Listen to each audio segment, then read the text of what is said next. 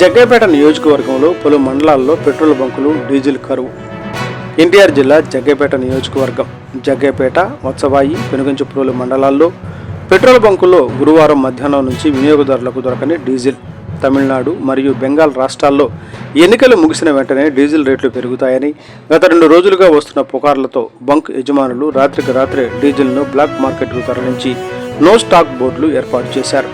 వత్సవాయి మండలం ఖమ్మంపాడు గ్రామంలోని petrol bunk యాజమాన్యం ప్రత్యేక ట్యాంకర్ ద్వారా డీజిల్ను బ్లాక్ మార్కెట్కు తరలించినట్లు ఆరోపణలు వస్తున్నాయి. దీనిపై కొంతమంది వినియోగదారులు ఉన్నతాధికారులకు తెలియజేసేందుకు ఫోన్ చేసినా ఎవరూ స్పందించలేదని వారు తెలుపుతున్నారు. అలాగే పెనుగంచిప్రోలు మండలంలోని పలు బంకులు యజమానులు డీజిల్ మొత్తం బ్లాక్ చేయడంతో వినియోగదారులు తీవ్ర ఇబ్బందులకు గురవుతున్నారు. ఇప్పటికైనా సంబంధిత అధికారులు స్పందించి డీజిల్ను బ్లాక్ మార్కెట్కు తరలించిన బంకులపై విచారణ జరిపి తగు చర్యలు తీసుకోవాలని వినియోగదారులు కోరుతున్నారు.